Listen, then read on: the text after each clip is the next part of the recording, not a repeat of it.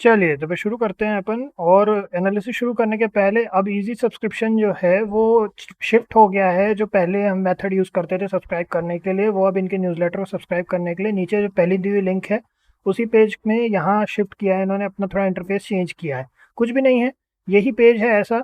और यही same block है, इसमें से आप जो भी आप सब्सक्रिप्शन चुनना चाहें, जो भी हम एनालिसिस करते हो इन्हीं के बेसिकली इन्हीं के आर्टिकल्स के बेसिस पर करते हैं। और इनके जो आर्टिकल्स हैं अब आपको आपके मेल पे आ जाया करेंगे। तो ये जो है यहाँ से आप 1 साल वाला लेना चाहें तो 2200, 3 साल वाला लेंगे तो 4500, और आप 5 साल वाला लेंगे तो 8800 जो हमारे पास है रिसर्च पर। इसमें आपका अगर आप क्वांटिटेटिव ट्रेडिंग या फिर आप एल्गो ट्रेडिंग वगैरह करते हैं तो उसके लिए बहुत अच्छा इनका रिसर्च रहता है। तो वो आगे आप लोगों को किसी दिन और दिखाएंगे उनके एल्गो आर्टिकल्स को। तो ये इनका एक नया मेथड, इनका इजी सब्सक्रिप्शन अब यहाँ शिफ्ट हो गया है, ये आपको बताना था। चलिए अब अपन अपना एनालिसिस शुरू करते हैं।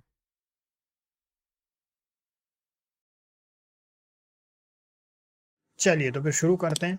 तो फिर अभी आज अपन डिस्कस करेंगे उषा मार्टिन लिमिटेड को। इसका अपन एक शॉर्ट डिस्कशन रखेंगे, इसमें मतलब फाइनेंसेस ज़्यादा डिस्कस नहीं करेंगे। किन्हीं ने कहा कि फाइनेंसेस दूसरे वीडियोस में डिस्कस कर लें और टारगेट वगैरह एक वीडियो में डिस्कस करें। तो अपन अभी टारगेट्स को पहले अपन देख लेते हैं, थोड़ा सा फाइनेंसेस देख लेते हैं और उसके बाद फिर अपन सीधा टारगेट्स पे चलेंगे। तो थोड़ा प्रोज एंड कॉन्स में देख लेते हैं क्या स्क्रीन ने क्या बताया। तो प्राइसेस पहले एक प्राइसेस हैं अभी 349.15 चल रहा है। मार्केट 918 हो चुका है, ओपन हो चुका है। और बुक वैल्यू है 66.6 रुपीज़ की। उषा मार्टिन जो है steel wires, strands, wire ropes, cords related है ना, ये सब चीज़ों के बिजनेस में है, स्टील वायर वगैरह के। और उसके बाद फिर और wire drawing and allied machines के बिजनेस में है ये, ठीक। और इस स्टॉक ने अगर आप देखेंगे बहुत बढ़िया रैली इसने की है। इसके अगर अपन चार्ट पे चलें, इस स्टॉक ने बहुत ही बढ़िया रैली की है और काफ़ी समय से रैली कर रहा था। और अभी तो अब इसने अपना ऑल टाइम हाई भी बहुत अपसाइड चला गया है। इसका काफ़ी अच्छा मोमेंटम इसने दिखाया है इस स्टॉक ने, ठीक। चलिए तो फिर अपन कुछ इंपॉर्टेंट मेट्रिक्स देख लेते हैं। पहले इंपॉर्टेंट मेट्रिक्स में सबसे पहले नेट प्रॉफिट देख लेते हैं। तो नेट प्रॉफिट जो है अगर अपन क्वार्टरली बेसिस पर देखें तो दिसंबर, मार्च एंड फाइनली हमारा जून। तो जून का जो लास्ट रिपोर्ट आई है उसमें कम हुआ है एक्चुअली में। पहले 105 करोड़ हुआ करता था, 101 करोड़ हो गया। अर्निंग पर शेयर भी कम हो गया उसी तरह से, 3.45 से 3.31 हो चुका है। पीएनएल स्टेटमेंट की अगर अपन बात करें 2022 से 23 में नेट प्रॉफिट जो है वो बढ़ा है, ये अच्छी बात है। ईयर बाय ईयर बेसिस पे प्रॉफिट बढ़ा है। तो कुल मिलाकर के स्टडी इंक्रीज है। सबसे ज़्यादा जो आपको यहाँ प्रॉफिट दिखेगा वो था इनका 2020 में, मार्च 2020 में, ठीक। चलिए तो डिविडेंड पे आउट की बात करें तो लास्ट 2 ईयर से 21 एंड 22% डिविडेंड पे आउट किया है इन्होंने।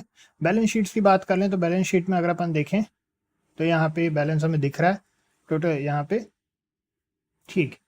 चलिए तो टोटल एसेट्स एंड लायबिलिटीज़ का इन्होंने सब चीज़ें बैलेंस आउट कर दी। अपन थोड़े सिर्फ इंपॉर्टेंट मैट्रिक्स देखेंगे, अपन बाकी पूरे फाइनेंशियल्स अलग से डिस्कस करेंगे।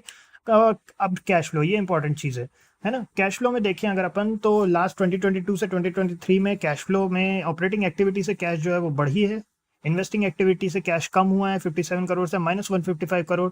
फाइनेंसिंग एक्टिविटी से -161 करोड़ से -101 करोड़। तो ये जो है थोड़ा सा इन्होंने नेगेटिव कम करने की कोशिश की है फाइनेंसिंग एक्टिविटी से कैश फ्लो में। और ओवरऑल कैश फ्लो मगर नेगेटिव -4 हो चुका है, जो कि इनका पिछले 3 साल के बाद सीधा नेगेटिव, जो कि काफ़ी मतलब फ्लक्चुएट हुआ है। 50 फिर 2 करोड़ फिर 55 करोड़ और फिर सीधा -4, ठीक। तो नेगेटिव हो गया अभी। चलिए और देख लेते हैं अपन। तो रेशियो वगैरह हैं, आरओसी देखें तो ये बढ़ गए हैं। आरओसी इनका 18 से 21% हो चुका है, रिटर्न ऑन कैपिटल एम्प्लॉयड। अब ये इंपॉर्टेंट चीज़ है share holding pattern. Share holding pattern अपन ईयरली बेसिस पर देखेंगे। ईयरली बेसिस पर अगर अपन देखें तो मार्च 2023 से जून 2023 में यहाँ पे कम हुआ है प्रोमोटर होल्डिंग। और उसके बाद एफआईआईज ने भी अपनी होल्डिंग कम की है, डीआईएस ने अपनी होल्डिंग बढ़ा दी है 2.21 से 3.44%। और पब्लिक ने अपनी होल्डिंग कम की है 40.12 से 39.38, ठीक है। चलिए तो फिर अब अपन चलते हैं उषा मार्ट के चार्ट पे। तो चार्ट को अगर अपन देखें यहाँ पे चार्ट को, तो चार्ट जो है इनका देखिए ज़बरदस्त रैली की है इसने, काफ़ी बड़ी रैली। और काफ़ी पहले हमने कम्युनिटी में डिस्कस किया था इस ट्रेड के बारे में और 158.50 पे हमने लाइन खींची थी, तो बहुत पहले हमने डिस्कस किया था। तो ये करीबन जो डिस्कशन था हमारा, अगर अपन थोड़ा पहले चलें, लेवल यहाँ कहीं था हमारा। तो ये दिसंबर 19 2022 की बात है और ये वीकली चार्ट है बाय द वे। तो काफ़ी समय है ना, खैर दिसंबर 19 2022 मतलब लास्ट ईयर, ठीक। तो अभी तो अब इसने रैली कर ली है और अच्छी खासी रैली, अब क्या और रैली करता है तो अपन देखिए इसका जो सिस्टम है जो हम एटलीस्ट फॉलो करते हैं वो ये है, थोड़ा कंसोलिडेशन एरिया आने का वेट करेंगे या फिर हाई ब्रेकआउट होने का वेट करेंगे। अब ये तो चूंकि क्या है वीकली चार्ट है तो वीकली चार्ट से लॉन्ग टर्म गोल्स के लिए यूज में आता है, लेकिन हम डेली चार्ट के बेसिस पे हमारा एसएल लगाते हैं। ठीक है, तो जिनको नहीं समझ में आए इसको अलग से ये पूरी प्रोसीजर हम आपको बता देंगे, जो हम फॉलो करते हैं वही बता पाएंगे, है ना। अपनी पोजीशन साइजिंग स्टॉप लॉस का हमेशा ध्यान रखिए। अब अगर एंट्री की अपन बात करें तो अगर मान लीजिए कि आज ये अपना हाई ब्रेक करता है तो आप अपने इनके डे लो पे छोटी सी क्वांटिटी में रख के आप कर सकते हैं ट्राई। अगर मान लीजिए कंसोलिडेशन जोन आता है, जैसे अगर कंसोलिडेशन जोन की बात करें तो जैसे ये इस तरह का कोई जोन आता है यहाँ पे, ठीक है, इस तरह का जो जोन होता है कंसोलिडेशन जोन वगैरह और ब्रेकआउट्स वगैरह अपन डिस्कस करेंगे आगे, कम्युनिटी में डिस्कस हुआ था। बट चलिए, तो अगर वैसा कुछ होता है तो अपने लिए एक अपॉर्चुनिटी और बनेगी। अभी तो ऐसा लग रहा है इसने यहाँ पे रिजेक्शन दिखाया है, एक सेकेंड, यहाँ पे चार्ट थोड़ा सा फ्लक्चुएट किया है, पता नहीं, हाँ ओके। तो ये जो है इसने यहाँ पे अपना रिजेक्शन दिखाया है वीकली बेसिस पर। अगर यहाँ से बाउंस करता है और अपसाइड जाने की कोशिश करता है, जो कि है 365.65 के अपसाइड जाने की कोशिश करता है, तो हो सकता है एक और रैली ले अपसाइड की तरफ। ठीक है, डाउन साइड की बात करें तो डे लो आप अपना स्टॉप लॉस रख सकते हैं, थोड़ा और नीचे भी रख सकते हैं डे लो से। और अगर मान लीजिए डे लो नहीं आपको लगता है तो आप पिवट हमेशा यूज कर सकते हैं। ये वीकली चार्ट है बाय द वे, है ना। तो अपन अब थोड़ा सा डेली चार्ट भी देख लेते हैं, थोड़ा सा डेली चार्ट देख लेते हैं। और फाइनेंसेस अपन अलग से डिस्कस करेंगे, मेन के साथ में पूरी चीज़ें अपन अलग से डिस्कस करेंगे इसके। अभी ये थोड़ा सा खुल रहा है,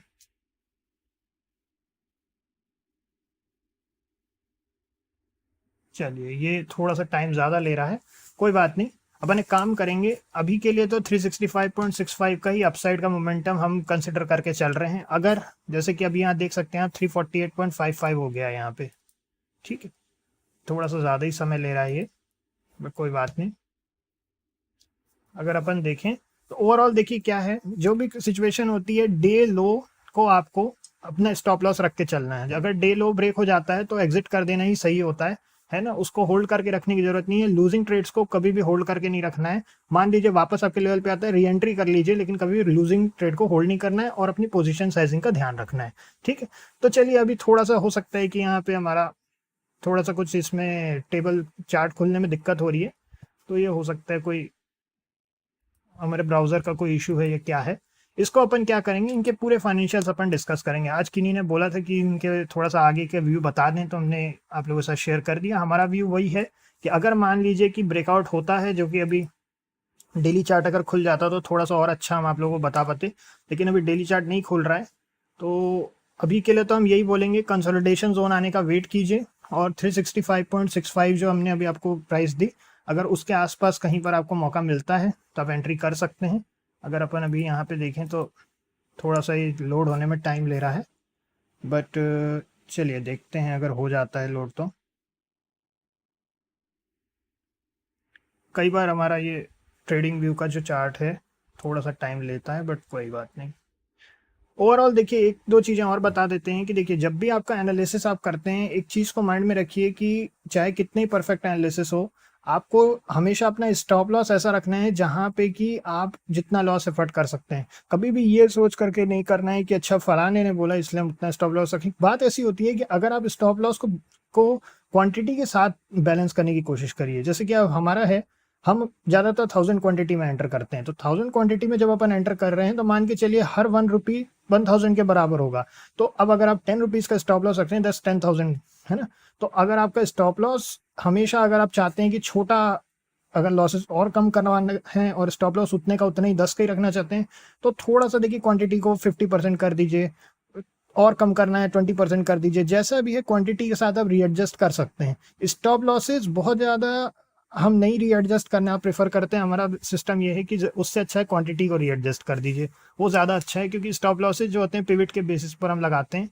अभी ये थोड़ा चार्ट प्रॉब्लम कर रहा है, बट कोई नहीं, हमने आपको जो थोड़ा बहुत एनालिसिस इसमें दिया है, एक बार फिर से इसको देख लीजिएगा। और वही प्राइस पॉइंट पे अगर आप एंटर करते हैं, अगर रैली अपसाइड आती है तो ठीक, नहीं तो डे लो ही आपका स्टॉप लॉस होना चाहिए। ठीक है, इतना ही है, फिर नेक्स्ट में मिलते हैं, पूरे फाइनेंसेस वगैरह अपन सब डिस्कस करेंगे। ओके, तो फिर